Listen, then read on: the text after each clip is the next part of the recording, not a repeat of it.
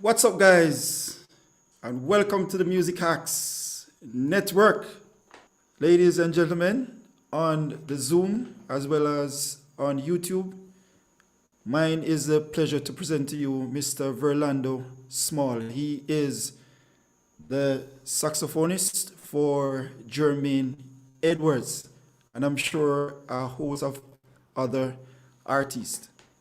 Over to you, Verlando. Ah, all right, respect. So, greetings, everybody. Let me say thanks to Chris and the team again for having me. Very humbled to be here sharing with, I'm sure, 99% of you guys can teach me and school me all day and all year round. So I'm really honored, just to be sharing with the brothers and the sisters. If we have any sistrins in the house, bless up on yourself. Big up, big up, big up. Um, so my presentation, I'll be talking about the fundamentals of what constitutes a great melody. Um, if anybody know me, you know that I'm a sucker for melodies. Anything sweet, that's me. Melodies all year round, all day, every day. Just give me melodies, you know. Um, so two basic elements of music that define melody is really pitch and rhythm, right? So you can say melody is a succession of pitches in rhythm, right? Um, the melody is usually the most memorable aspect of a song or a composition, that the listener usually leaves remembering. So that the melody really and truly is, I would say, is maybe the most important part of the song. Second to the accompanying chords and progression movement. You Most good melodies are comprised of what some people would say stepwise motion. With occasional leaps in terms of intervals and stuff like that. You know, um, the melodies that people really, really remember and gravitate to are the ones that the intervals aren't too wide and all over the place. So something take a piece like Spain. You won't hear the average person trying to sing Spain at a karaoke or something like that. But you would try hear them sing a Whitney Houston or Mariah Carey or something like that. Something where them can relate more to the melody. The melody is more memorable, easier for them to assimilate, more pleasing to the ear. So that one is the one that the melody that the intervals aren't too wide haphazard all over the place. Um, good writers, composers, musicians find a way to use melodic leaps to appeal to the listeners. So once again, not making the leaps too wide. You won't find the average listener. You won't find the average listener. Um, Um, Check the interface, yes, Chris. Verlando. Interface again. Yeah.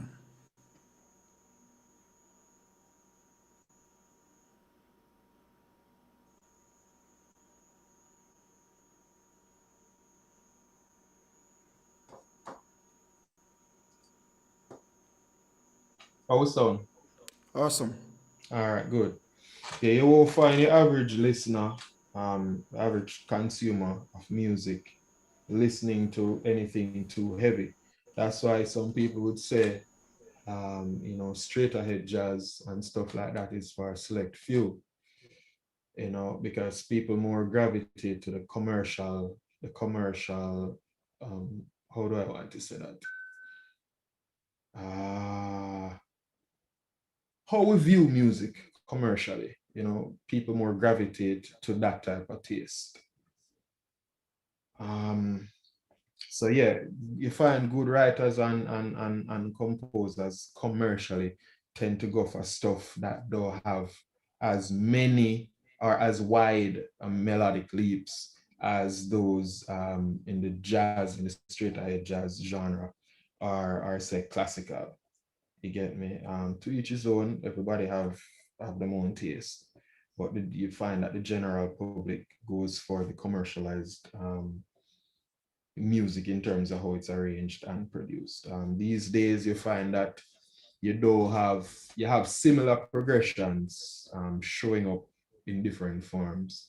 You know, if you take a listen to the top 100 Billboard songs, you find a lot of similarities in them in terms of how the melodies are constructed, you know, and how they relate to the progression that's being played and overall musical composition, you know. Um, so I want to discuss 5 things really and truly. I won't be long because I want to play some stuff. But the first thing I want to discuss is the range in which a quote unquote good melody is considered to be in, right? Commercial melody. Most good melodies restrict their basic range to no more than an octave and a half, you know.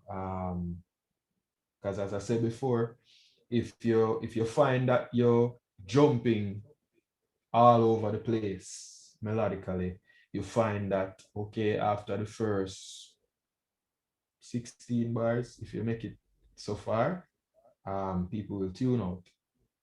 You know, so you have to make it you have to make it you have to make it as pleasing to them ear as possible. Take for example this.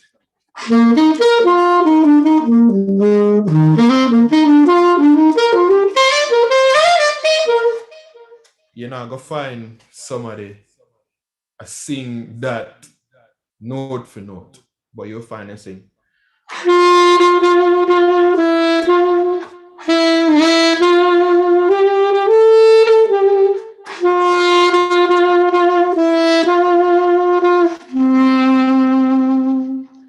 You'll find somebody sing that, right? Or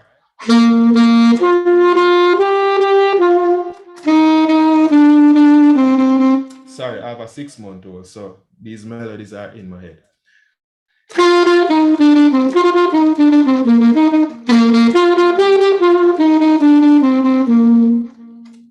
Like when I listen, like when I'm home with my daughter in the days, all these what you call nursery rhymes, the melodies are so catchy that sometimes I take up my saxophone or the record and just start play along. You know, my daughter digs it, so I just jam with her sometimes, and that lends credence to the point I was trying to make earlier in terms of a quote unquote good melody or something that sticks with the average listener. It's restricted to no more than an octave and a half. Some of them is really, if you think about the bass line for finally the apps come around, just the 6, like that no move and that groove and cook from now till next year. You get me? Mr. Somebody I said giant steps. Right. If giant steps had words, I doubt you'd have many singers right now who try to sing that back, you know. Yeah, the second thing I'd like to talk about is the repeating elements of what constitutes a good melody. you must have something repeating. Repetition is the way that we learn, that most people learn. You repeat something very slow over a period of time, it becomes muscle memory and a part of your repertoire. Yeah. So repeating elements, your listeners should be hearing certain melodic intervals, rhythms, and other musical shapes repeating throughout the melody, right? So if you take, for example, let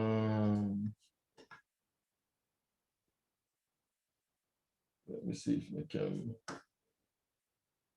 bring this. Everybody, I want to stay. I want to go talk. Want to talk to me, man. Yeah, man, Want we're to doing stay? well, Want to man. go? All right, cool. I just bringing in a track that I forgot to bring in Logic. Boom.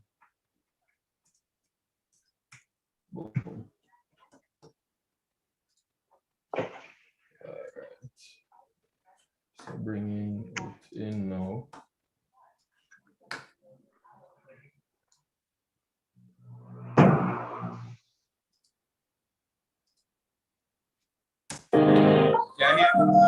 Can you hear that? Yeah, man, I can hear, man. Want to hear the track a while ago? Yeah, we hear the track. All right, bam. So take for example this, right?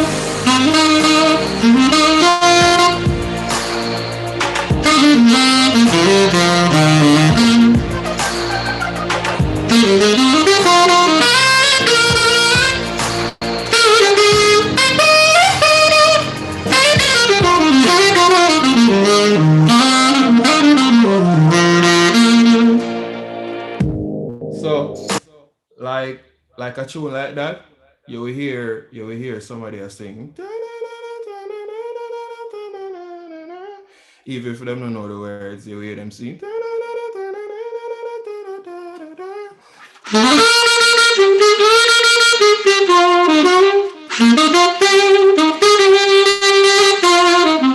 You will hear them sing that, but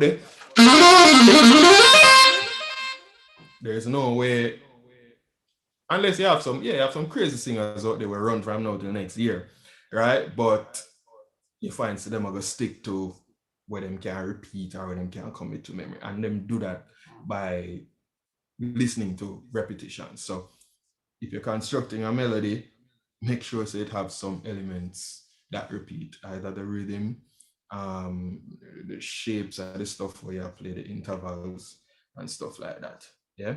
Also, we are follow me. One know so there, you know. Yeah. All right, respect. Oh, yeah, family. All right, cool. So the next thing, so we understand them two things there a while ago. Talk to me in the comments. We understand them two things there a while ago. Talk to me. All right, cool. So this is the third one. Most good melodies are comprised of stepwise motion, right? Moved by scale steps with occasional leaps. melodies that are too leapy are often difficult to sing. So kind of did cover a little bit of that a while ago. You know, good writers use melodic leaps as a good way to generate short or little shots of energy. So like,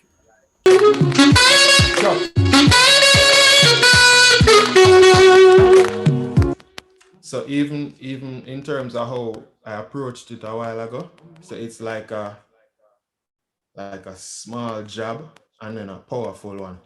It's the same note, but I didn't do. You get me? Because you want to create some sort of tension and release and evoke certain emotions when you're constructing or trying to get your listeners to feel a certain emotion based on what you're playing. Right? So for me, feel, and that is something that I want to talk about. Feel has a lot to do with how I, one, construct, and two, execute my melodies. You get me? So I don't just play notes. I work based off the emotions of, if I'm working in a band, all the band members. So I am actively feeling how the keyboard player is feeling based on his choice of chords, how he voices, how the bass player colors that, because we all know about colors as well, right? So I love a Check keyboard the player. interface. Like, all right, 2 sec.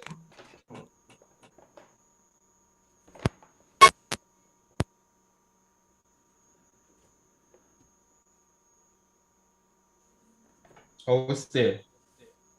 Good. All right, great. So I love a keyboard player who plays rootless, if you don't know what that means. So that leaves the bass player the freedom to color at will, because that's how I look at the relationship between bass and keyboard, right? So the bass colors, so keyboard plays something and then the bass color it. So if you play the 1, the 4, 5, or the 6, all that is just color based on the intervals that are being played, tension and release. If you hear a little baby crying in the background, that is my daughter. Big up myself. Moving right along. So, right. That's up. So, yeah, man, respect, man. So, emotions is a big part of executing melodies, right? Don't just think about the notes in and of themselves. The ear pressure that I use to tell the story. So I can play.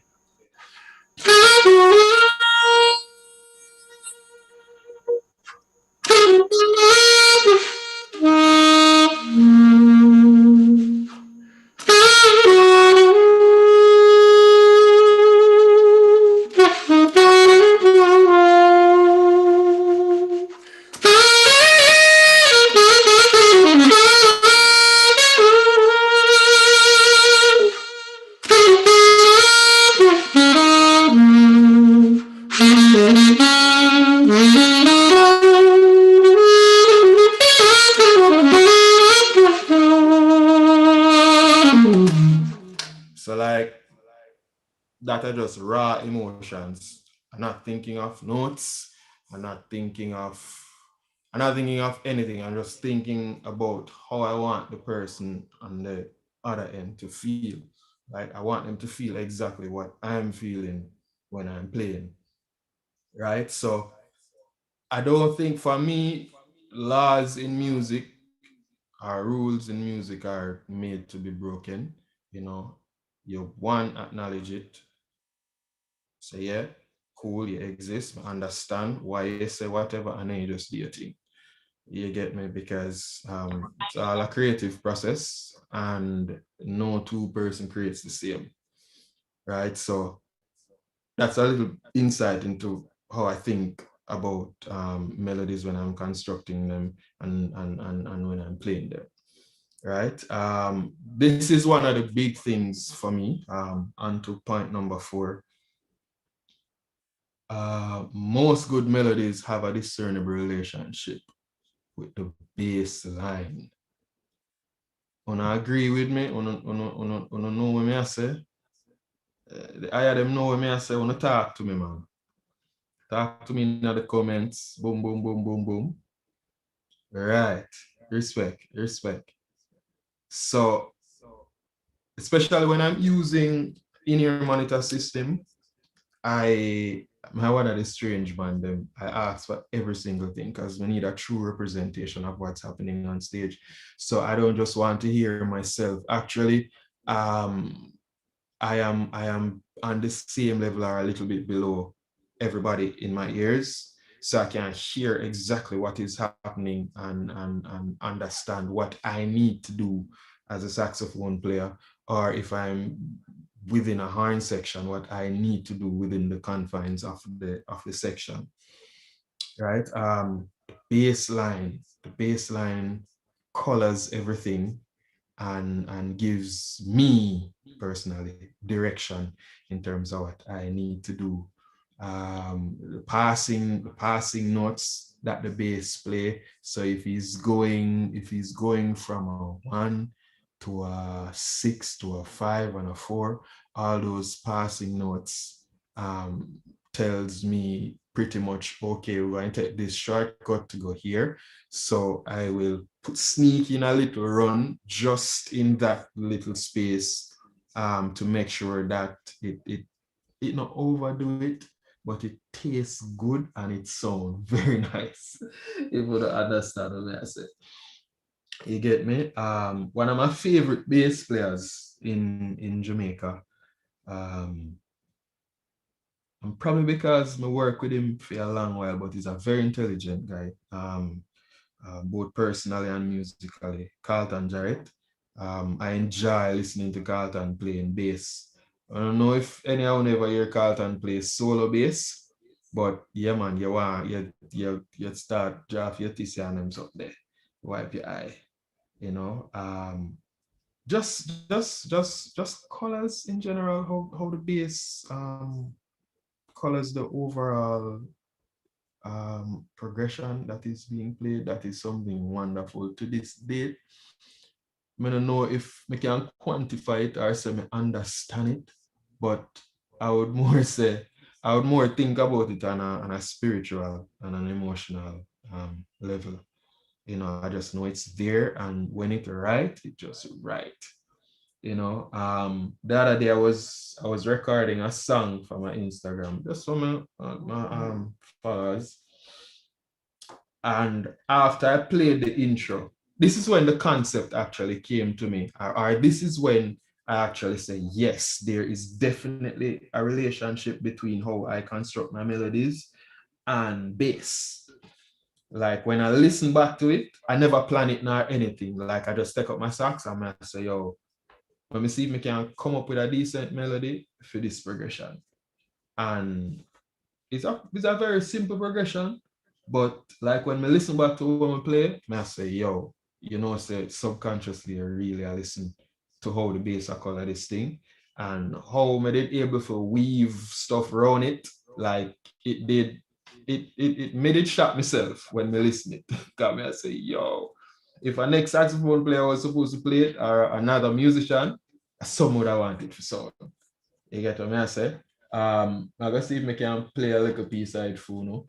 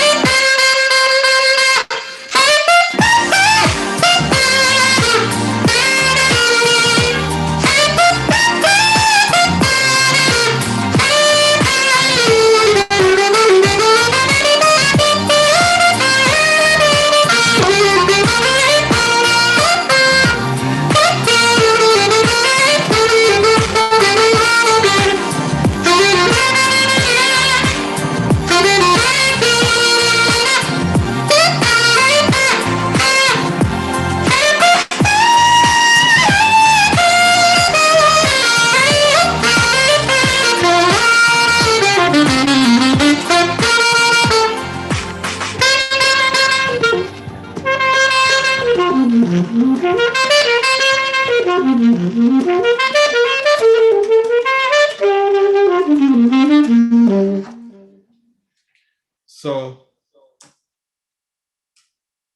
like that. When I hear me, right? Please don't hear me. Hope this thing not chip out. When I hear me. All is well. All is well. All right, respect. So like that, I just try find bits and pieces of melodies, stitch them together for just tell a story. You know, if you listen to the intro, like the intro is so profound for me. I go see if we can do this right here. So listen to this again. That's the intro.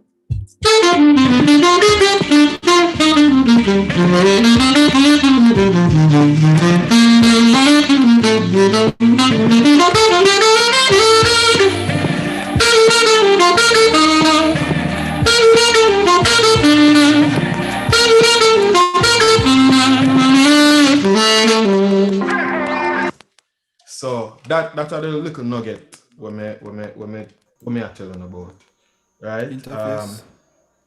Interface again.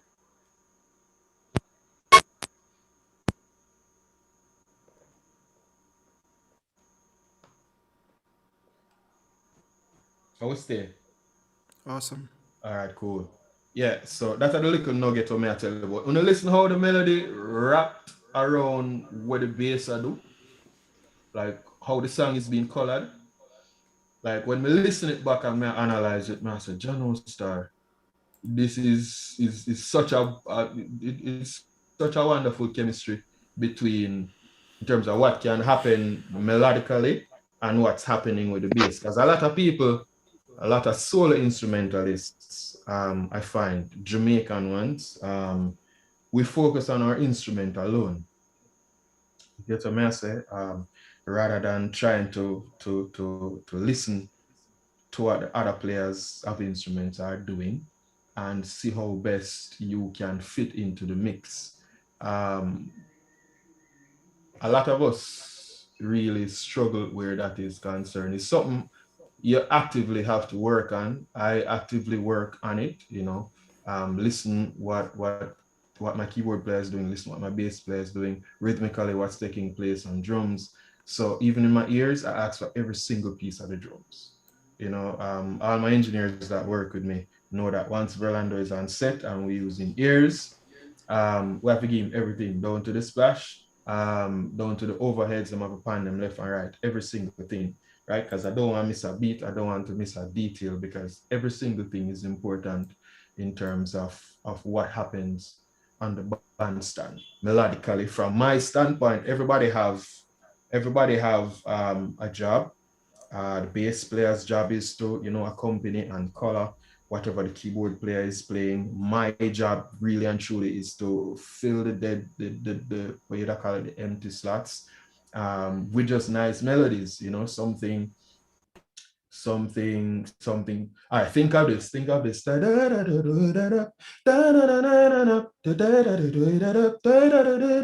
feel good when you're wrapped up in my arm. As you do a reggae song. Feel good. Like when you listen how Dean construct that, you know, say, yo, that some level of mastery is there. You understand what I say? How him listen to what is being played chord wise, progression wise, and how he came up with that line, you know. You can know when a line hit, when you can sing it off the top of your head. Think of intros, you know, when a tune hit, when you call the song, everybody know the intro. You get what I say? So those are little tricks and bits of what constitutes a good melody for me. You know, I hope you guys can take away something from this in terms of what I am saying and what works for me. The next thing I want to talk about is a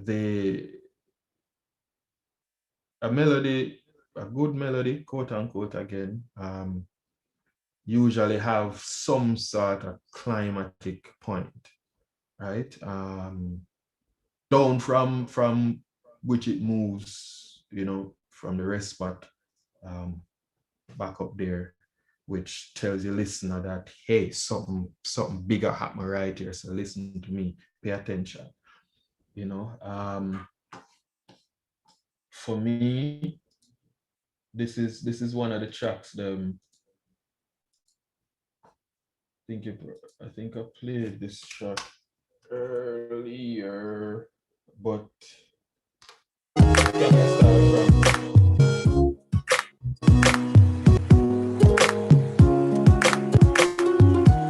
alright, so I'm just gonna play this down. I think this is gonna be the last thing I do.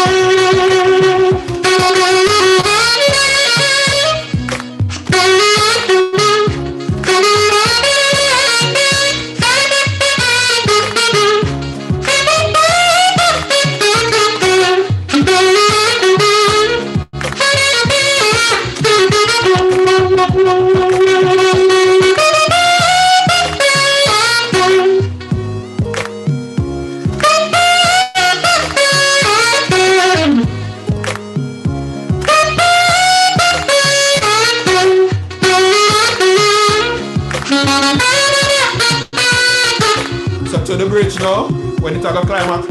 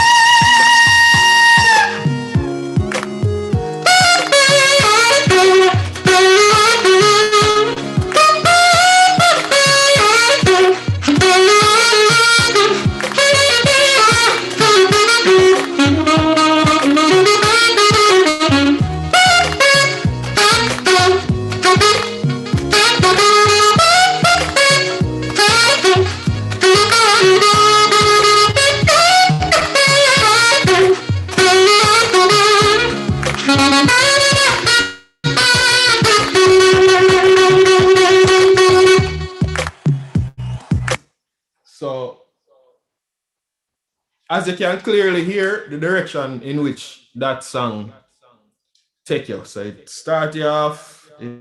Hold on, do I go on here? So it start you off here, so then it take you a little higher, then it take you a little higher, then it take you all the way up here, so which part the bridge there, and you know you stay up there. That this is a classic from Neo. Most people probably know that. That are one of the songs them for me that exemplifies what a good climax is, or how to, you know, get a song to a certain level, to the point in the story that your listeners say, hey, yeah, I'm convinced. No.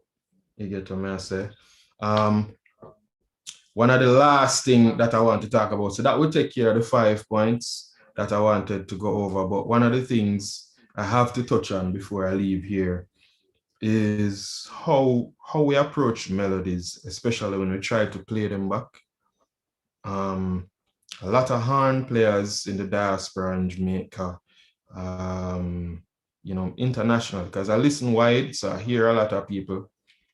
And one of the things that bothers me the most is when we're trying to, you know, replay a song and we don't know the melody, or we never spend the time to learn the melody, and then we pretty much don't do the song justice, don't do the writer, don't do the composer any justice at all when we, you know, try to play something and we pretty much just slaughter the melody.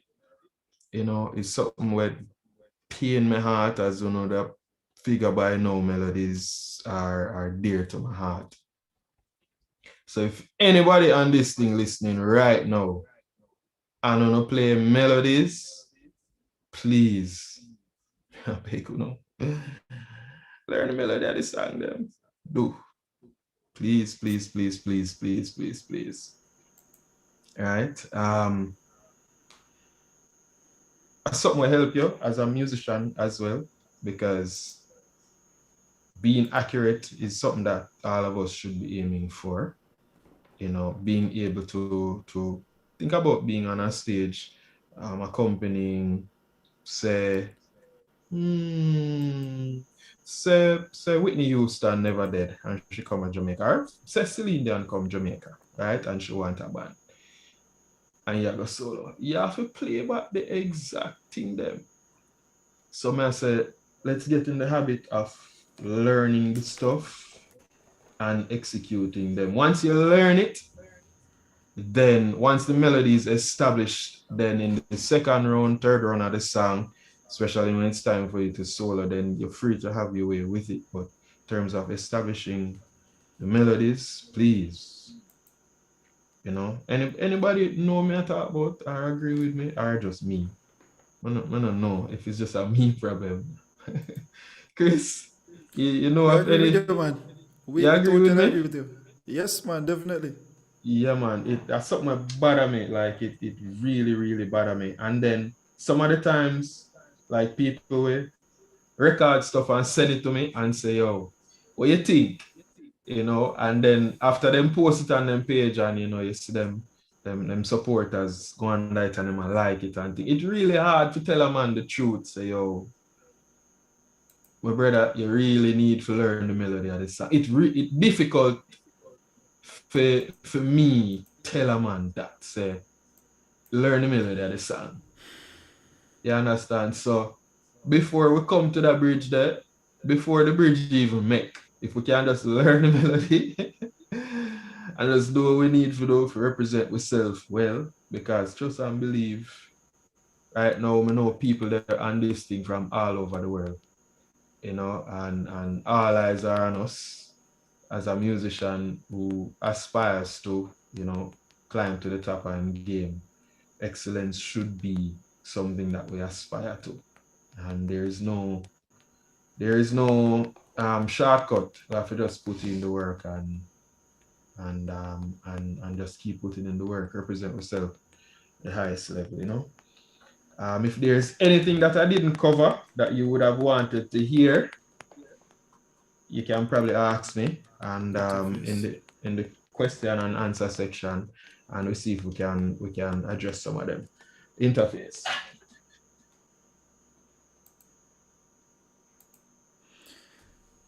Verlando.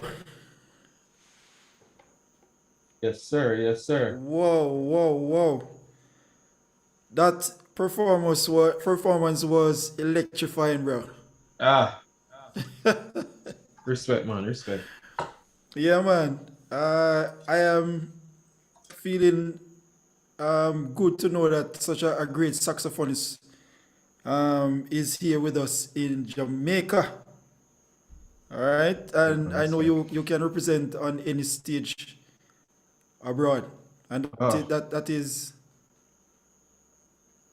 that was an awesome presentation from you. All right, we are going to go into our question and answer segment at this time. I know the guys would like to ask you a lot of questions. All right, so I'm going to ask all the members of our Zoom community at this time, as well as we are live on YouTube. Please type your questions in the YouTube chat so we can see them, so we can ask our presenter. And I'm going to ask all the persons who are on the Zoom just to indicate by the raising of your hands, you know how we do it. All right. So let's get into our Q&A section with Mr. Verlando Small. Verlando, how do you, let me start, how do you approach working the melody of a tune? What's your approach to it? The first thing I listen for is the progression. Find out what the progression is, where it's going, how the progression is being colored by the bass. So I listen for all of that in a split second. If it's material that I'm new to, let the first couple rounds pass. Listen to hear what's happening between keys and bass, and then finally, before I even play a note, I have to tie in the relationship of what's happening with the drums to those two, right? So that trio right there is what I listen to first to find out, one, what the progression is, two, how it's being colored, and the rhythm. Once I establish that, then I can now say, okay, based on what's happening, how should I start this? Should I start this with a one note? Should I start this with a line? Should I start this in the upper or the lower register of my hand? You get me? Should I do something like an approach or enclosure, approach notes or enclosures, or should I do something pentatonic? So that all depends on what's happening between the core of the band, If I'm working also with an artist, then it's the space that is left for me. I utilize, and oftentimes that is usually short and spicy. So you have to think about the best nugget to fit in that slot, not to overdo it, but just to get the job done. Because I'm a big supporter of getting the job done and representing the band well. One of the best compliments I can get is that the band was tight. Not that Verlando was on fire, or the bass on fire, or the keys on fire. So once I establish those three and what's happening with the singer, if I'm working with one, then I know exactly what to play. Awesome. All right. We have a question from Migoy. Migoy, welcome. Yes, good night, Sir Chris. Good night, Sir Chris. Good night. Yeah, greetings, Sir Verlando. Greetings, Chief. Yes, man. Blessings, man. I am a drummer. Right.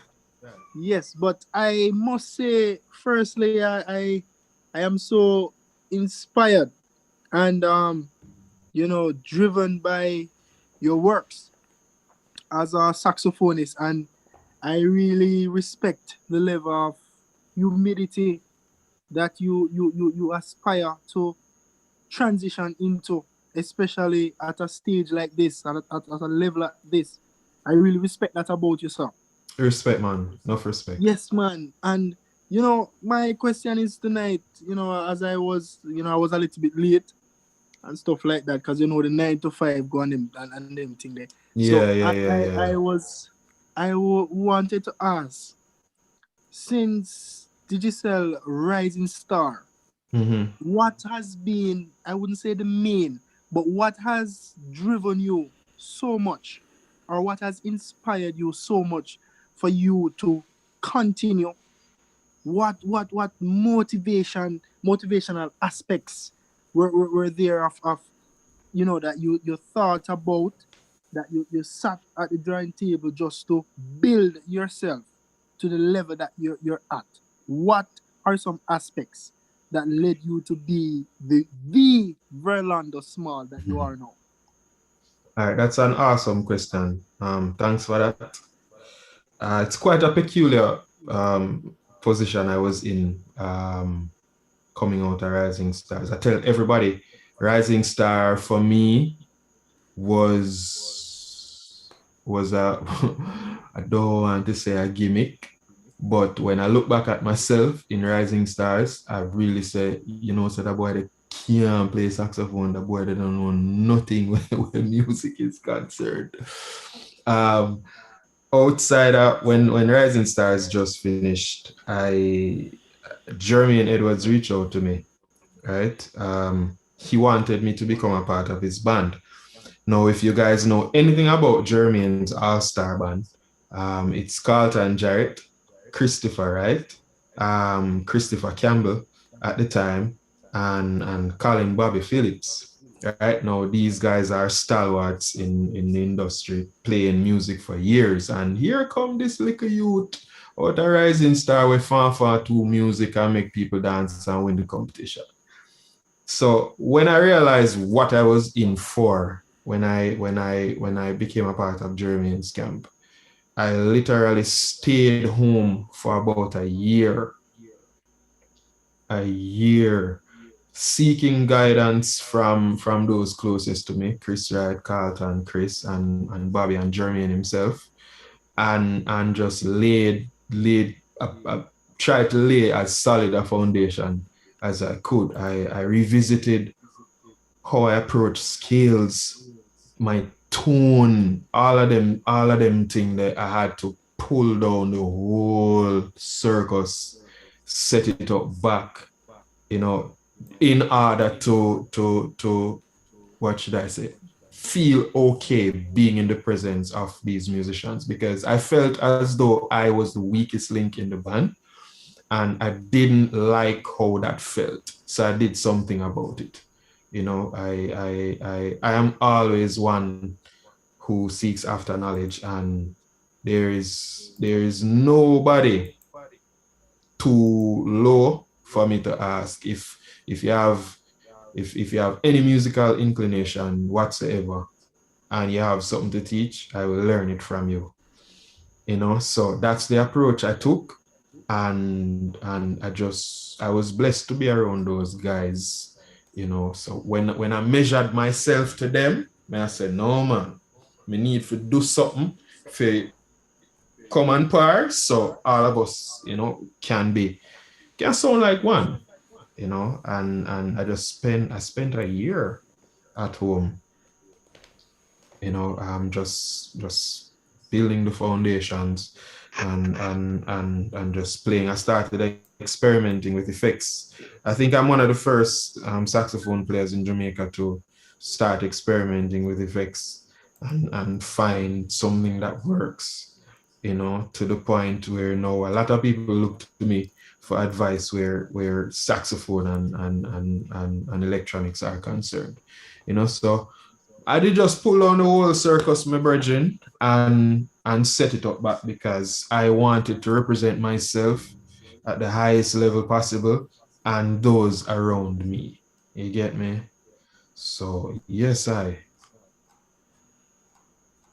Blessings, man, Awesome. blessings. yeah, man. Enough respect. Enough Yes, man, respect. no respect, man. And thanks to the aliens that help you, know? The Trust alien me. friends that you have. Every Yes, man. every Enough day. respect to them, you know. A lot of respect goes out to the I Worship band. Yeah, man. Yeah, man. Really a strength and really a strong motivation Yes. behind me. I wouldn't say behind me, but before me, as Yes. as a drummer and as a singer.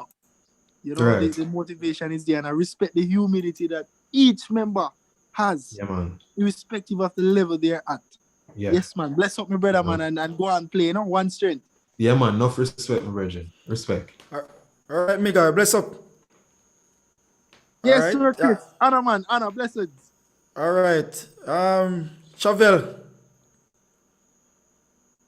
Blessings. Respect. Respect. Yes, my general. Yes, So I'm gonna I. ask this question. All right. Good day, Jamaica. This question goes to Verlando himself. See it now. All right. So as a saxophonist myself, also, my question to you has to do with articulation. We come to understand that articulation has to do with the clarity of how we produce a succession of notes. And as I said, melody is dear to your heart. Now, that same song that you did, you would have articulated it in such a way that, can I say, the tone of it would have been open and closed at the same time. Because previously I sang that, but then hearing what you did, it would be, so that is quite significant too, knowing that, okay, Verlando is playing. Right. Right. Yeah. And So what is your view on the articulation? How do you approach doing such a thing? All right. So what I aim to do at all times, if I'm playing back an original piece of song that was recorded by a vocalist, I try my very best to replicate words using the opening and the closing, or the dampening of the side of the reed mouthpiece combination to produce what you would call words. Have you ever been playing and somebody say, yo, say, I don't know, but it's almost like I hear the words them when you play them? Yeah. Right. So at all times I approach a song like that. You get me? So why can't I turn off the radio? You get me? So always try and articulate it in such a way that the listener can almost hear the words, even though you're playing only notes. Yes. Yeah, man. I have one more question for you, General. And I done it. I'm going to see no more and raise it. Here I go. All right. So next question has to do with gear. A lot of times as saxophonists, we think that the gear we use are, a lot of times we blame the gear that we are using. But in my estimation, as long as you have a good mouthpiece and whatever cheap saxophone you have, you can work with it. What is your view on gear? Yeah. All right, my view on gear is kind of mixed. I do believe having the proper gear can motivate you to practice and extend boundaries. If you have a setup that inhibits you from doing exactly what you want to do here. So for example, if you have a mouthpiece that doesn't allow you to access the altissimo register or the low end of the horn at will, then you will have issues. You get me? You won't be able to extend the full range of the horn as you would like. So certain songs, you will find playing certain songs a bit difficult than others. So getting the right setup, something that I always say, if the horn is out of your way, then you're free to make music. Horn meaning the space between the notes, how the action of the saxophone is, the strength of your reed, the tip opening of your of your mouthpiece, the baffle and stuff like that. If you don't have a setup that work for you, my brethren, it's going to be very rough. right? I Yeah. can tell you I've spent hundreds of thousands of dollars on mouthpiece alone. Yeah, yeah, And yeah. Very and technical. it's not necessarily the most expensive one that work, right? Because I've purchased mouthpiece for in excess of $1,000, like more than one. And the mouthpiece I'm using now on my altar is like 100 and something US. You get me? So Yeah. it not necessarily have to do it. The more expensive it is the better. It's just really what works, what fits your embouchure, what you're most comfortable playing on. You get me? Or everybody's oral cavity is different. I have a massive overbite, right? So that impedes me from playing on any and any mouthpiece. So my mouthpieces have to be, the tip opening has to be wide. So I play on either a 7+ or an 8. Yeah. You get me? In order to facilitate me accessing the top of the horn and the bottom at will. That works for me. I was using 7 and stuff like that before. As I tell you before, my brethren, I got through it. I got through it. In terms of electronics, gear, and stuff like that, um, there was a point when I had to do away with all my electronics and learn to fall in love with the sound that's coming from my horn before any processing, before any reverb, before any delay. So I would even one of my good brethren, Kenry Mullings, we play together in the same band for Buju Bantan. I don't remember which country we're in, but I saw him in soundcheck testing his guitar and he bypassed all his effects. So I said, bro, why you bypass all the effects? So him say, if I can get a good sound from just the amp itself and the raw Yeah. guitar, then anything else I add is just sugar. So him said, Yeah. don't depend on the gear to give you the sound. Establish the sound first. So I can play my saxophone without any amplification and it's still me because everything is coming from in here, right? The little processing that you hear, the little reverb or little delay, that's just extra niceness on the top, right? Nobody wants to hear what you have to say if you're not sound good. So you could have That's the true. most chops, you could have the best licks. If the source don't sound good, nobody no want to hear what you have to say for your instrument. You get me? So it is Yeah. very important to one. So my reiterate now, very important to one, have comfortable gear. Let me not say expensive gear or good enough gear or whatever. Have something that's comfortable for you. You get me? I say something will just work for you. Once you find that, my virgin, you're good. You don't need nothing else. You just make that work. You get me? Yes, man. Blessings. Yeah, But man. trust me, from a saxophonist point of view, Yeah. and we can easily say something like this on behalf of all of us young musicians, young saxophonists. Thank you, yeah, for setting a standard that we can look upon and just say, all right, the boss set a thing that way here, the boss say learn a melody. The generals learn the melody. Yeah, Yeah. man. So blessings on behalf of all of us. Yeah, man. We No need respect. that. No respect. No respect. Yo, man, Blessings. when I think you understand how appreciative I am of this opportunity to share. Like my dad tell Chris a couple days ago, say, yo, a couple things up on my heart.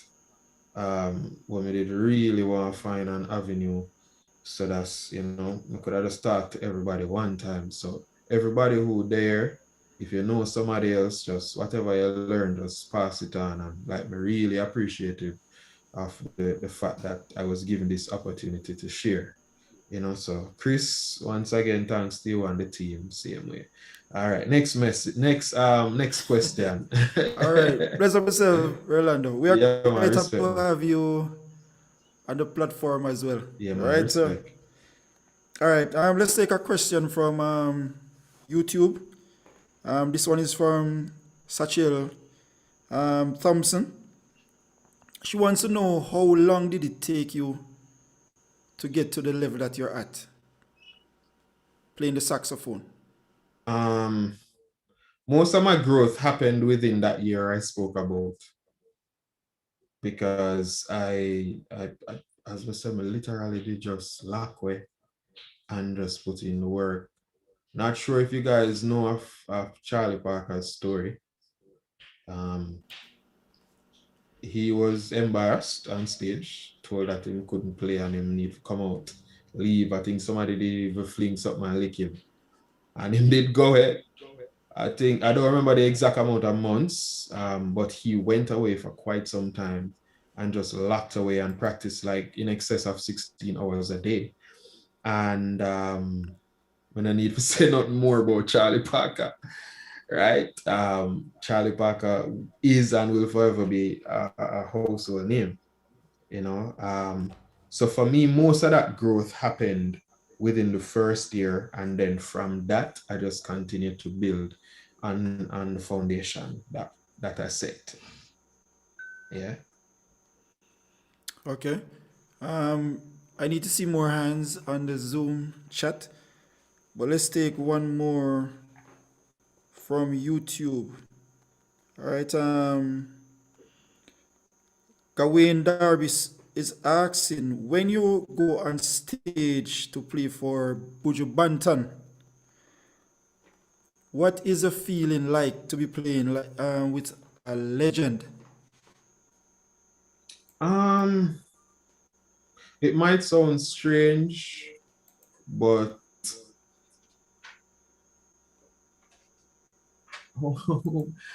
we can put like all respect due to Buju Banton and the whole team. But when I'm on stage, there isn't really a feeling. Like, let me tell you, the first feeling, or I had two feelings. The first one was the day he came back to Jamaica and walked in the rehearsal room. There was an aura. There was obviously a presence in the room because my back was turned. He came in the room, rested his hand on my shoulder, and asked to take a picture with me. Me alone, like I am the newest addition to the band, right? I don't know if you don't know, but Buju Banton has never used a saxophone player before. No. I was supposed to do the first show, which was the stadium show, and then I was supposed to be gone. But when he came and heard the unit, and I mean, the man had to take a picture with me. To this day, I don't know why. He take the picture, big up my Saxy. That him said, and the rest is history. We were on the road for a year plus. COVID happened, so we're part now. The second one was when he came on stage for that big show. There was an aura again.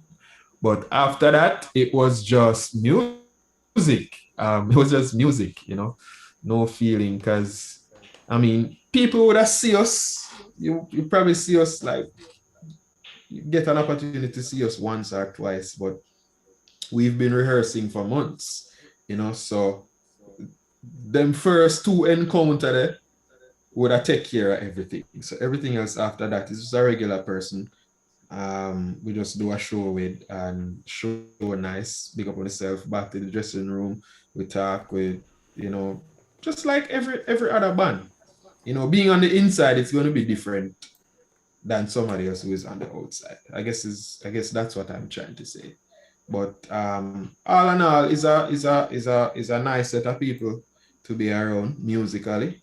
You learn a lot, holy, especially from the band leader Lenky, because them in a music from before, probably all the way as a band combine. How much are we there so holy power.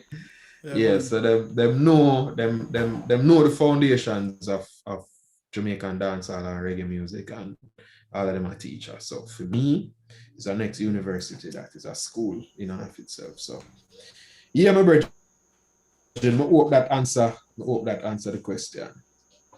All right. Josan. Yeah, man. Good night, man. Good night. Blessings. Verlando, man. Blessings, dog. Blessings. Bro, you sound amazing, man. Really amazing. And respect, for me, respect. I'm one person that love to hear saxophone. I wish I could play it as well. But yeah. but I am a drummer. Yeah. But what my question is like what's your mindset since you play for both Buju and Jermaine? Like how do you approach these gigs? And like also like how do you handle like nervousness, hitting the stage for like artists like these, or even like, getting yourself ready to play their music? Because I know sometimes, artists can be very, very particular, especially with a note or a phrasing or something. Like how do you gear up for that? All right. So awesome question again. Give thanks. Let me tackle the nervousness first. I only get nervous when the crowd is small. The large, I don't, I don't know what it is, but the larger the crowd, the more confident I am. I think part of that comes from being prepared because we rehearse a lot. Well, I rehearse a lot if I'm working. Interface. All right. Count to 10, everybody. 1.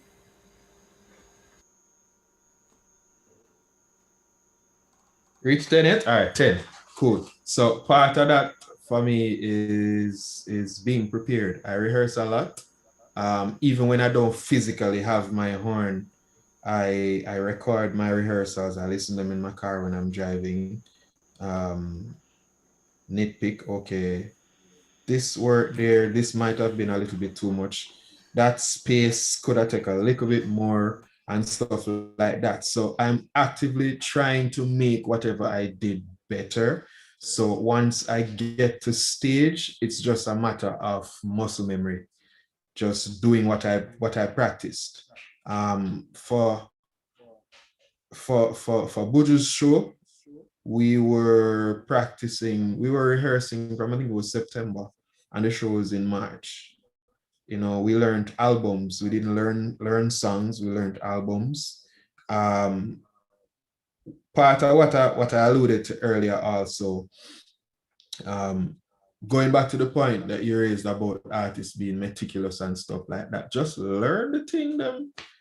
Like me tell people all the while, if something say spadadap, spadadap, spadadap, spadadap, like just learn that. You get what I say? Commit it to memory, play it very, very slow. I always set my metronome to 60 BPM and I play stuff very slow, right? So if I can play them slow, it don't matter what it is, I'll be able to play it double, triple, quadruple time, right? So if the tempo increases, it's not an issue because it's all muscle memory. You get me? I try not to depend on this too much when I'm on stage. I depend on this, the muscle memory in here. You get me? So reiterate, nervousness. I don't get nervous in front of large crowds. If I have 10,000 people playing in front of, I'm the most confident. If I have 10 somebody playing in front of, I shake like a leaf. But yeah, it's a thing. Just learn the melodies. If you learn the song, for an artist where you're gonna play with, you and him not gonna have no problem. If you learn the bass line, if you learn the drum pattern, if you learn the melodies, you and him not gonna have no problem. You get me? So yeah, I hope that adequately answered the question, my virgin. Respect again. Yeah, man, Awesome. definitely you did. And Yeah, thanks man. for the info, man. Really, Yeah, really man. appreciate it. Enough respect. All right. Let's take one more from YouTube. All right. This is from Miguel Thompson. He says he is interested in playing the saxophone one day, but he does not have one currently. He's Right. asking if he can use the recorder to sort of get accustomed to learning the functions of the wind instruments. Babe, what my record are there? Yeah, any idea?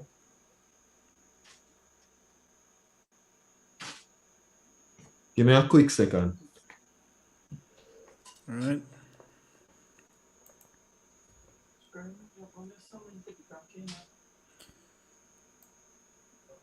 All right, guys, let me see some more hands in the chat.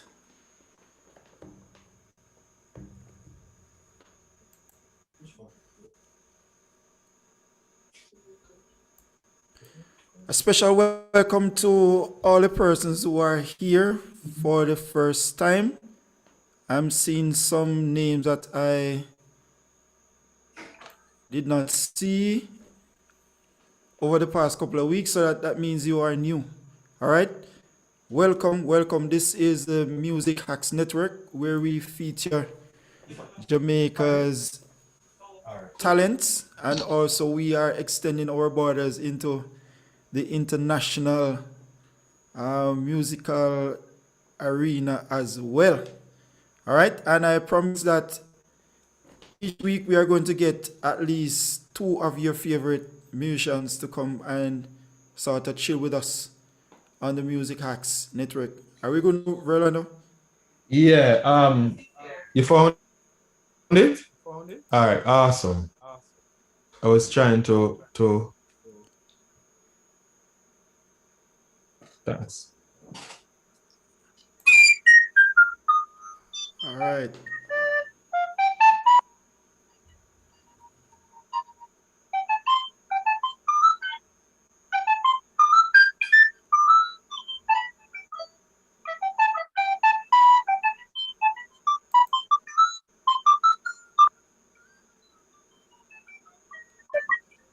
long time I don't play recorder. But I just did that, my brethren, for sure. You say, if you want to start and you have this, it is perfect.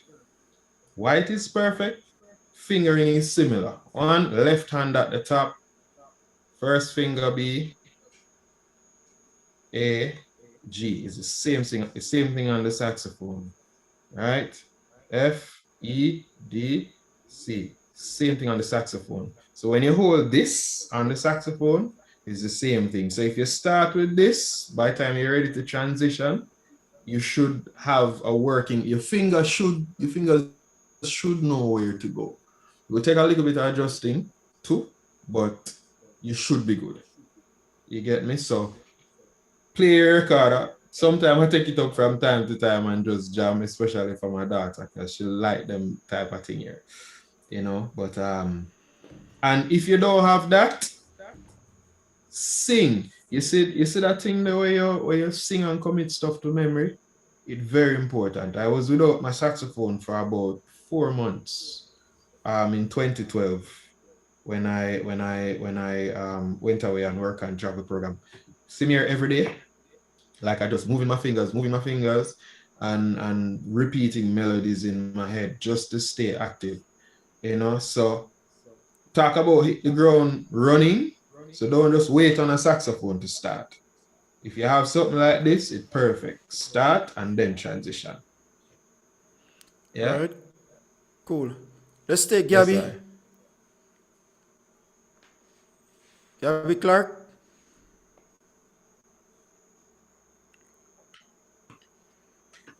And then we'll take Kyle after Gabby. Gabby.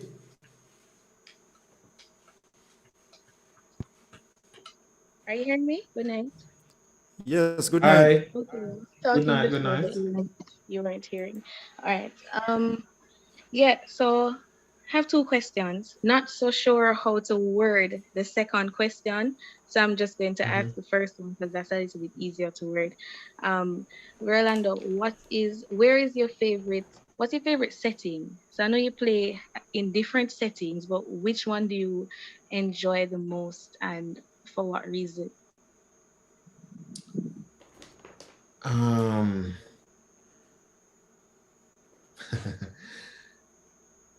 You see that 15, 20 minutes, half an hour right before the artists come.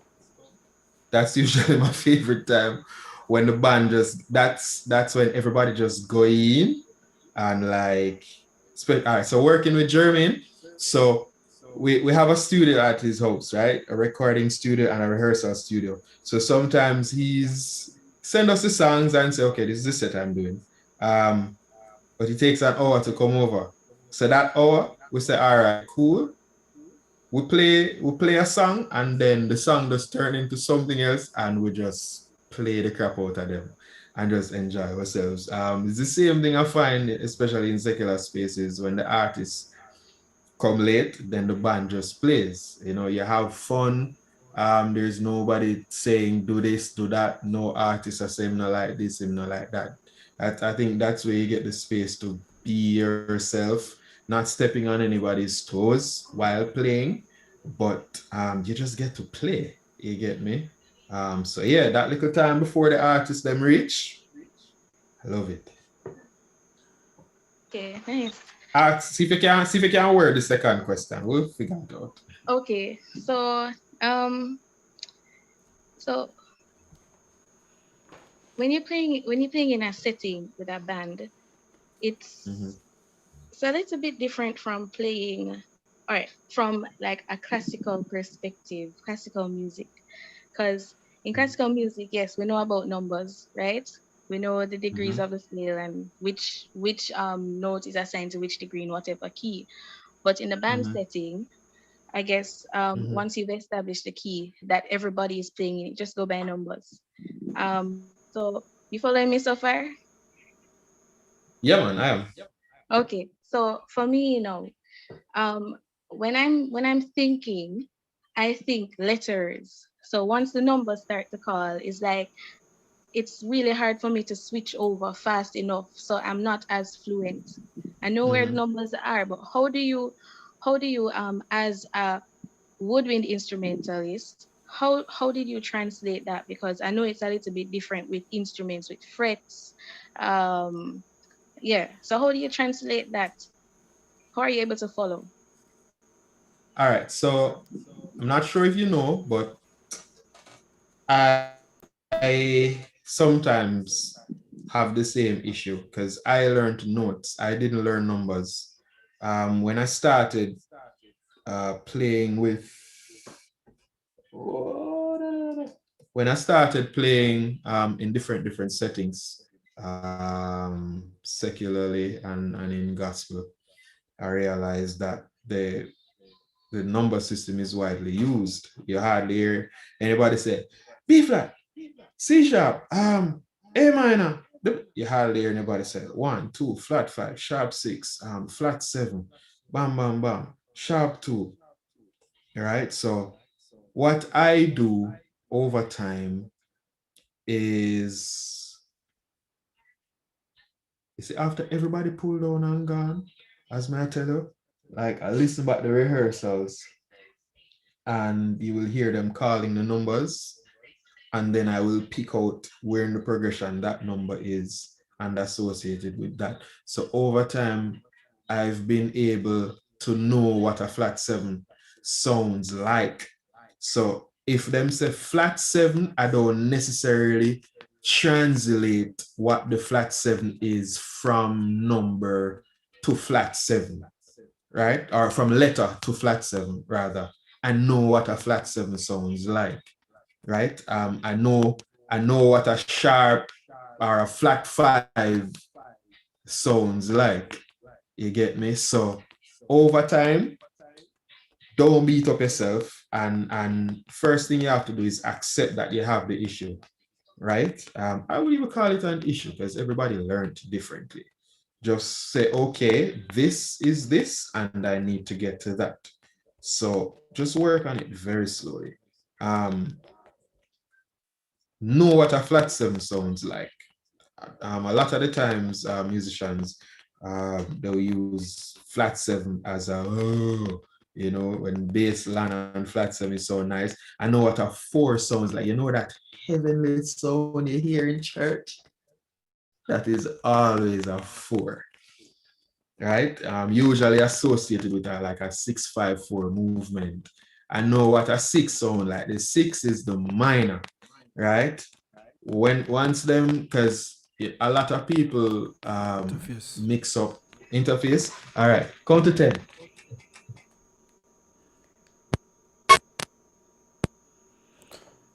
Yes, Kyle, please indicate again. We're gonna take Kyle after Gabby. All right. So Yeah. Do it slowly, Gabby. Know what a flat 7 sounds like. Know what a 4 sounds like, right? So know what a 6 sounds like. Of course, you know the root. So from the root, you can know what the 3, you can know what the 1, 3, and the 5 is. You know what the 7 is. Because that is usually a triad. 1, 3, 5, the triad is 7, major 7. The extensions also. So as I said, over time, I kind of build a reservoir in my head to know what the notes sound like. So I don't necessarily say, okay, B7 in this key is that. Bam, play it. No, because by that time the measure already passed. Right? So you know what your relatives sound like. You know your 1, you know your 3, you know your 5, you know your 7. All right. From that, you know your 6, you know your 4, you know your 2, and you know your 3. Extensions are good things to practice as woodwind instrumentalists. Da, da, da, da, da. So like when you do them type of exercise there, you train your ear what a ninth sounds like, what an 11th sounds like. And if them say flat 7, you know what your 7 sound like, so you know you just flat that. You know what your 5 sound like, so you know you just flat that. You get what I say? Oftentimes also the numbers that they call is not necessarily for us, but it's for the bass player to color, right? So usually the bass come in, especially when them double up, bam, bam, bam, bam, bam, and just pull it nice and dry it down fat to the 4.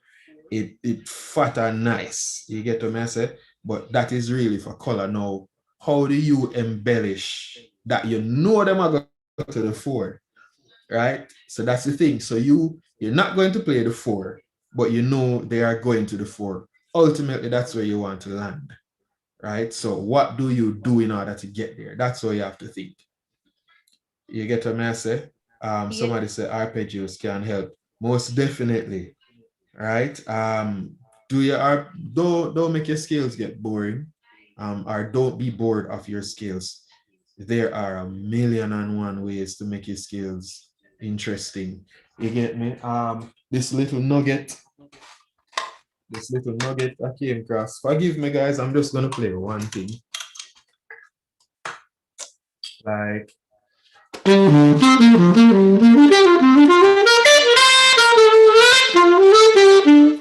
so, like that's just a pentatonic scale, you know. But instead of playing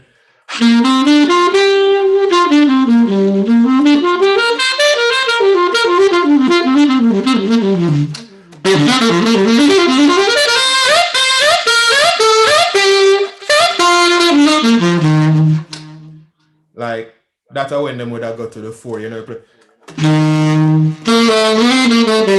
6, 1, 2, 5,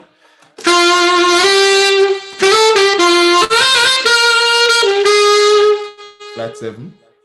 You get me? So you just take your time, do it very slow. Develop patterns.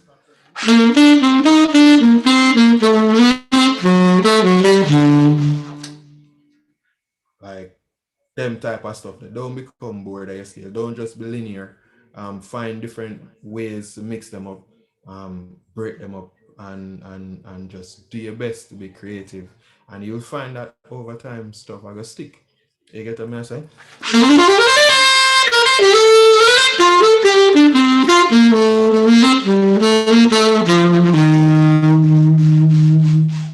4. What do you play to get to the 4? So you know they're going there, so you find a way to get there. Don't just go from there. You don't just go from your 1 to your 4. You understand what I say? 6.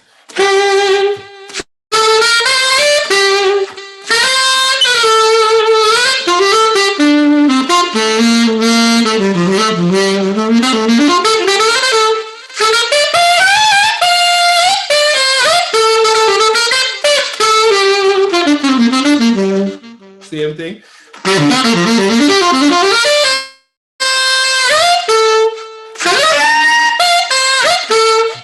So you want to be able to access. I know you play flute. You want to be able to jump from the bottom to the top of your horn any way you want. You understand? You don't want to be limited by by trying to identify the number system, and by the time you figure out, say, okay, yes, so then the measure already passed. You get me? So you want to be as fluid and as free as possible. If any of that makes sense, I hope.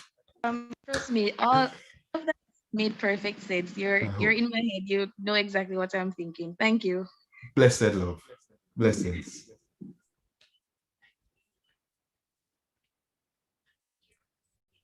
Chris, anything else for me?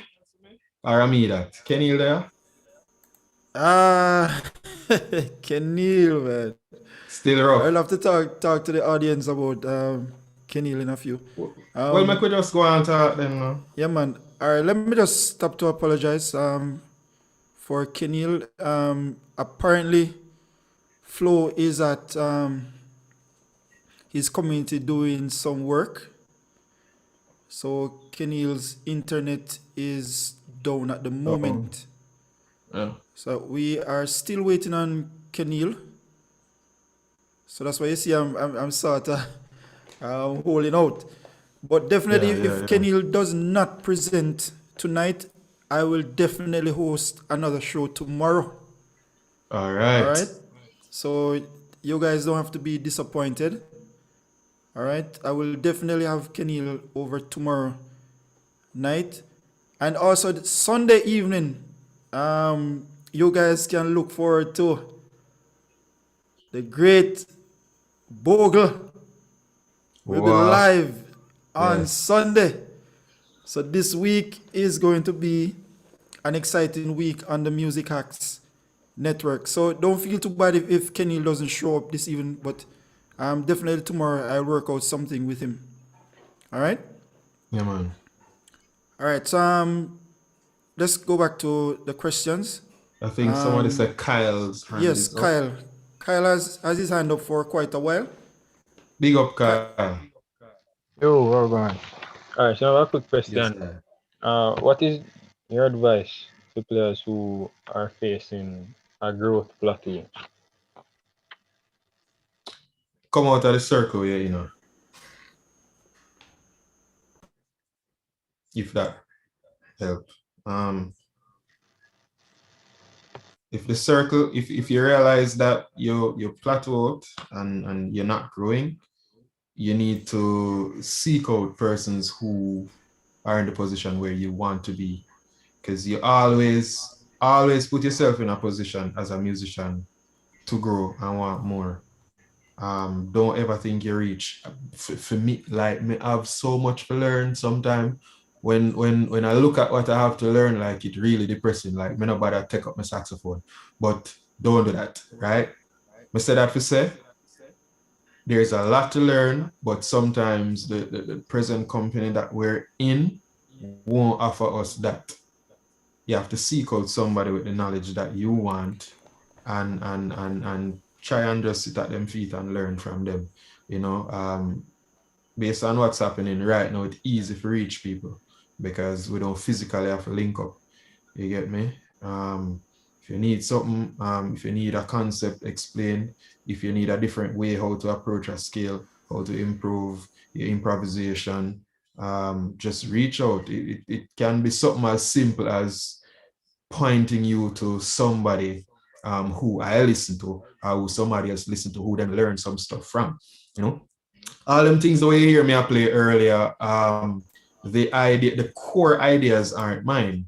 You know, transcribing solos, listening to other artists, learning songs, you pick up bits and pieces, and then of course, you know, when you have your downtime, you sit down and you fuse stuff together and create new stuff, you know, or stuff new and what a word do I look for? unique to you. You get what I say? So mother said, seek out some people, my brethren, where they wish part you want for there and try and hang around them. Which instrument you play, if you don't mind me asking? I play sax. You play sax. Mm-hmm. Yeah, man. Get with a keyboard player, because keyboard players are guitarists. A keyboard player or a guitarist can teach you a lot. You understand what I say? Don't just listen to your instrument. Right now, what I say, if you plateau out, stop listening saxophone altogether. Don't listen nothing named saxophone. Listen guitars, listen keyboard, because if you learn chords, if you learn what a good chord structure is, and how to morph between chords, because you don't want to be reacting to what is being played. You want to be moving fluid through the chord changes. You get me? Seek out a keyboard player, somebody who you deem competent, and just ask them to sit down with you and show you some stuff. Guitar players, the same thing. Why we can't talk about guitar players enough. I always learn from them, and it might not seem this way, but there are a lot of us, especially people in my age group, who who really willing to pass on the knowledge, but you hardly find the people who really need the knowledge and reach out. You get what I say? It's like me would go link Chris and say, yo, Chris, say, we need some new ideas to approach this. And people would have probably consider me as somebody who bad or who can play. No, we always a search. You understand what I say? The other day, me hear Chris talk, and when him say when him compare himself to like Jacob Collier, like if him and Jacob Collier in the same room, he would have probably just sit down and shut up. And it's a Chris right where I talk about. You understand what I say? So seek after somebody who is above you. Reach out. You can message me private on Instagram. I do lessons as well. So yeah, man, if you really want it, my virgin, you can get it. All right, respect. Yeah, Awesome. man, every time. Touch that interface for me, bro. All right. All right, so we are going to take one more from the YouTube chat. All right, I think it's Garvin. Clark wants to know, what is your practice schedule like? I don't have a practice schedule. Wife just said, we just get up one day and just feel mad, and we just play long tones from morning till night. Or if there is something specific that I'm working on. All right, I think I should start over. My focus since the pandemic has shifted a little bit from music, and I have been educating myself where other skills are concerned. So I am doing a lot of motion graphics. So if you see Motion Graphics Jamaica in the thing, that's a company that I formed. So all of the time that I should be practicing,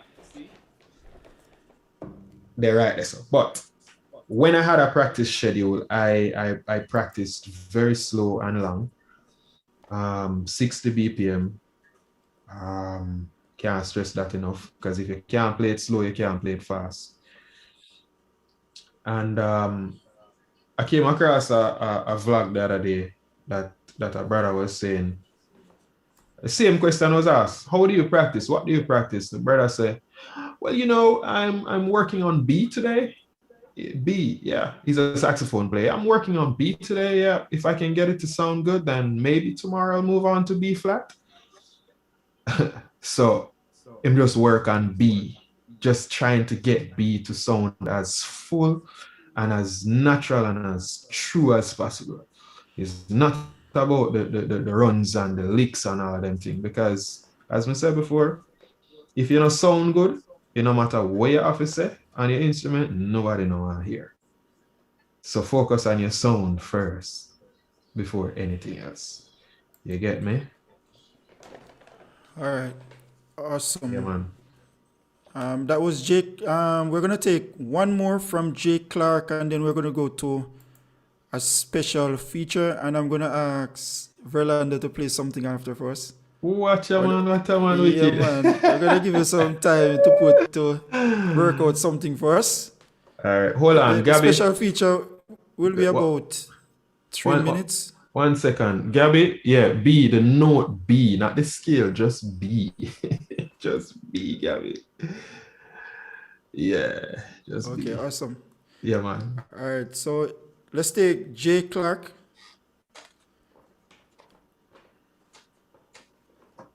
Blessings, man. Blessings, my brother. Father Verlando and Bro Chris, one of my mentors, them Bro Chris, attended his class, So I'm a piano player, I'm a keyboardist or pianist, And the point you point out no much long ago to the person who asked a question like him feel stuck. I've been in that position over like a 2-year period straight, like literally. And I heard like Warren McPherson on YouTube, he say that is a regular thing for musicians. You understand me? Just feeling stuck, like you're not getting anywhere. I've passed that, but I'm being in a situation right now, like I feel like I'm not learning because I am attending a music school right now, Avant Academy, and it just seems like I am learning. My teachers say I am learning and so on, but personally, I don't feel like I am learning anything. It's like as me leave classes, it's like me don't remember exactly how this concept went or so forth. So when I learn like some notes in classes it's like tomorrow when I reach back a class, me definitely have to go back through the book and have to look back through what I learned yesterday. Even though I go home in the night and look over it, I still not remember it tomorrow. So I just want to find out if that is a regular thing, or and if it is a regular thing, how do I pass this phase? All right, excellent question. Excellent question.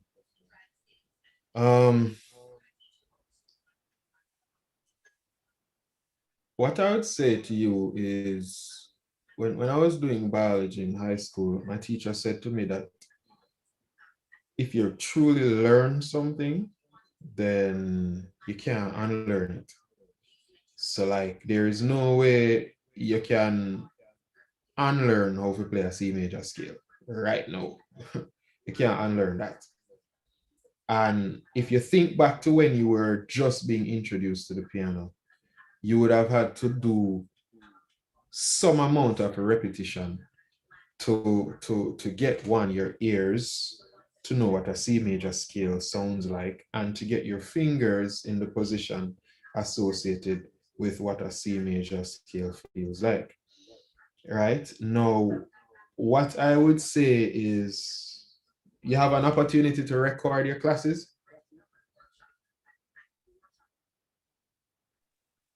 Yes, I have that opportunity. All right, awesome. So whatever is taught in class, then probably what you need to do is have some downtime where you just sit down with yourself and break up the material in nuggets, right?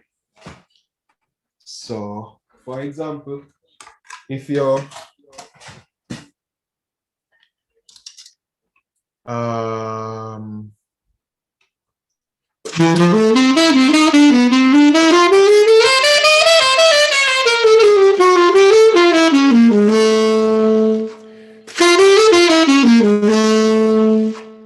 So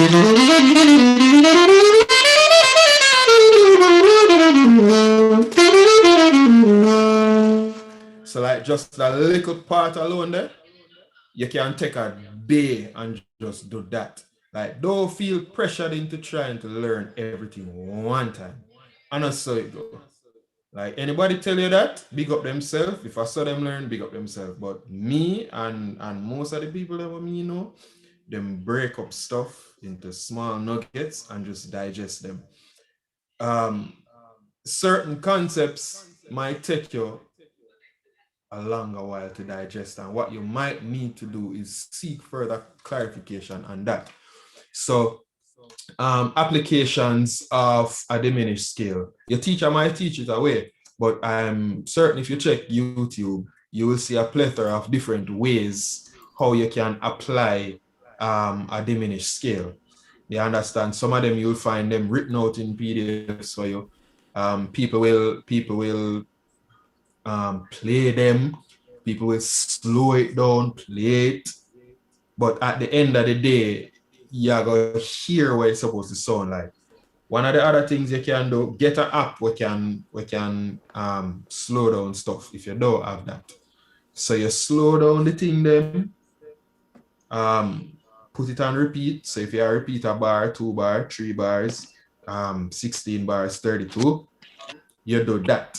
So like there's this little nugget I did hear from Najee, and like me legit spend a day upon it, not because it took me a day to catch, but because it's something I never ever wanted to forget. You understand?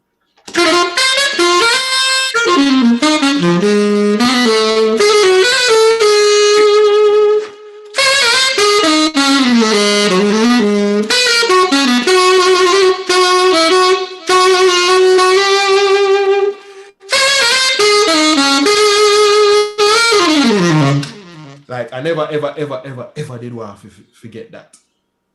So like me spend like a day on that, just beating that in my head, beating it in my head. And then over time, when you listen music and assimilate stuff, then the next stage that you move to is application. And you find out, how can I apply this? That's when you really and truly start commit things to memory via application. So if somebody tell you something to them, you're not going to say teacher. If somebody tell you something to them and you not find a way to actively apply it to your life or to whatever it is that you do, because this transcends music, it's just life, right? If you don't find a way to apply it, you're not going to truly learn it. Like when them the teach you 1 + 1, them never just left it there, so. You understand what I say? Them teach you a barrage of other additions. Why them do that? Them could have just leave it at 1 + 1, but they wanted to teach application. You understand? So that is where you really truly commit things to memory, by learning how to apply them. Because once you learn how to apply it, my virgin, you never ever ever forget it. That's something you're going to stick with you. You understand what I say? So yeah. Is there an age limit to play instrument? No, until you're dead, unless you're dead. As far as we know, yeah. All right, awesome. All right, so we're just gonna pause with the Q&A for a while. I'm gonna do a special artist feature at this time. So in the meanwhile, Verlando, work up a tune there, so you can entertain the guests at the platform. All right, my general. Cool. All right. So guys, I wanted to pay attention now to our special feature segment. We have added this one to our show, and it's called Artists of the Week. And this week we want to feature 2 artists from YouTube. Siko will be able to tell you more about this upcoming artist. I will not be able to play all of it, All right, based on the fact that I'm not sure about the copyright structure with YouTube. All right, but the artist is Shanti I. The title of the song is Reset. It was produced by Dame Zone Records, and it was released in January 2021. All right, let me just play a little of the intro for you. You can go right ahead over in YouTube and check out this song.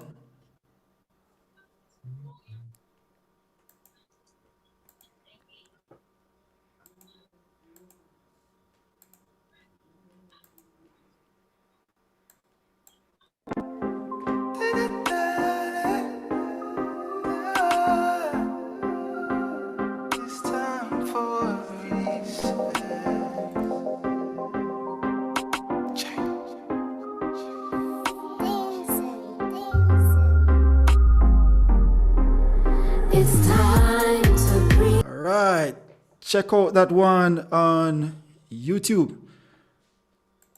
Another upcoming artist, TJ. This is TJ's group, I think, Shadrach Ministries. And the title of the song is I Worship You. You can find this one on YouTube.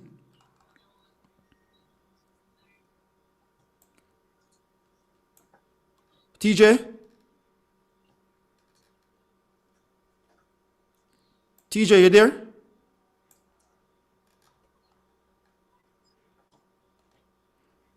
TJ? All right, so check out Shadrach Ministries on YouTube.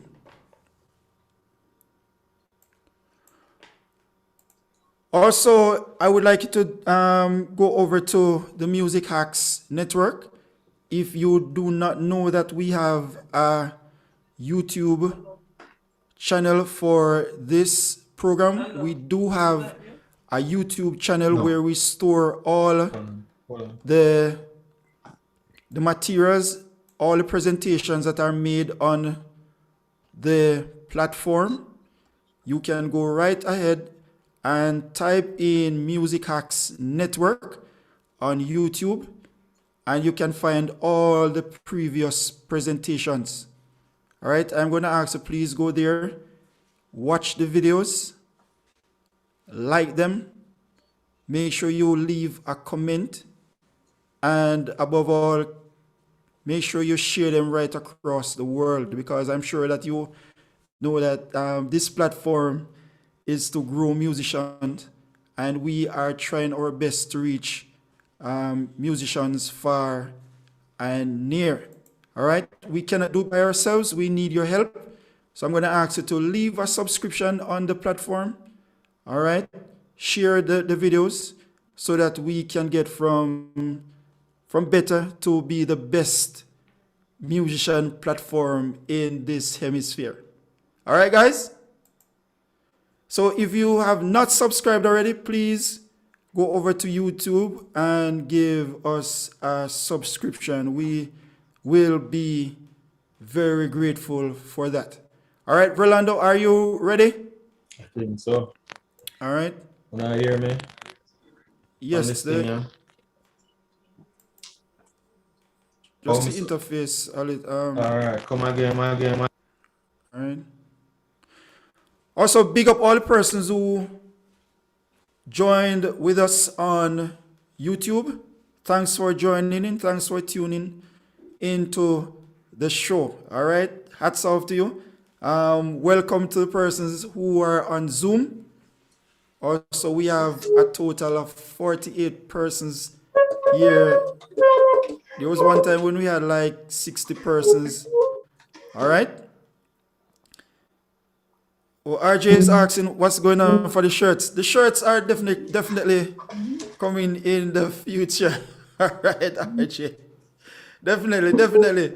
Very soon, everyone will have a music hack shirt, so we can represent this community. All right.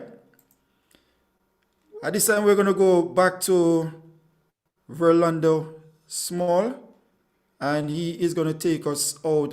I think we're going to spend just about 15 more minutes. I definitely will talk with Kenil. All right. As I said before, I do apologize. It's not his doing. The situation is out of his control. The internet is down in his area, so we cannot do anything about that. So definitely I'm going to arrange for a special show tomorrow night with him, and you will get the notice tomorrow if it will happen. Also, look out Sunday evening for a live show with Kemoy Bogle. All right, that will be live on YouTube. It will not be on Zoom. All right, last week we had a show with Carton, and some persons were kind of a bit confused if they should go to Zoom or not. The Sunday evening features will not be on Zoom. It will be on YouTube live. All right.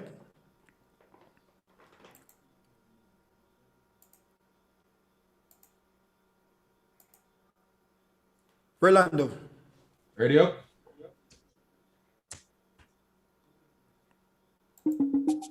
When I hear that? Yeah, man.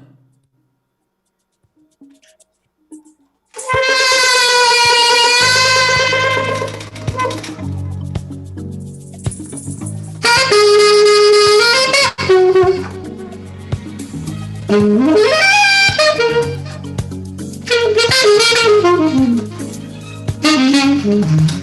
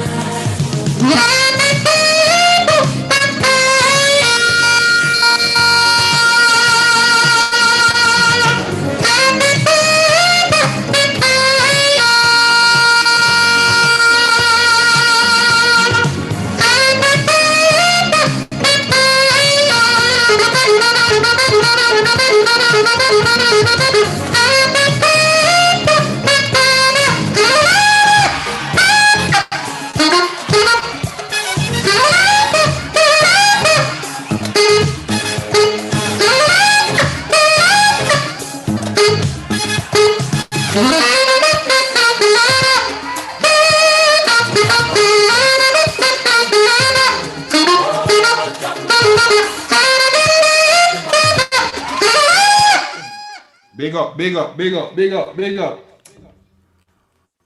All right. I am going to take one more question from the YouTube live, and then we'll have to say goodbye to those persons who are on YouTube until tomorrow or Sunday night. All right. We're going to take one more question from the YouTube live.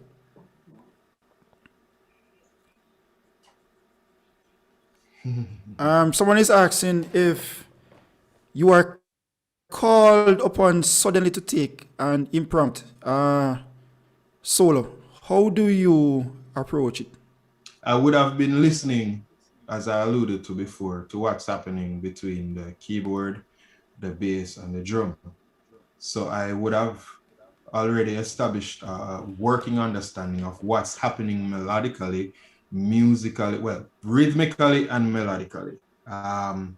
So I usually try to tell a story. So I don't start off, no, right? You take people on a journey. So I might tease you. Musically, I might say, hi, my name is Verlando Small. I've been playing saxophone for a couple of years. There's something I want to say to you. If you would give me the time, please hear me out. So that's how my solo would start, an impromptu solo would start, right? As a conversation. When you really get into what you call quote unquote flesh, is when you already tell them and establish what it is that you want them to know. Then they would have had a clear understanding of what you're trying to say musically, and then you can just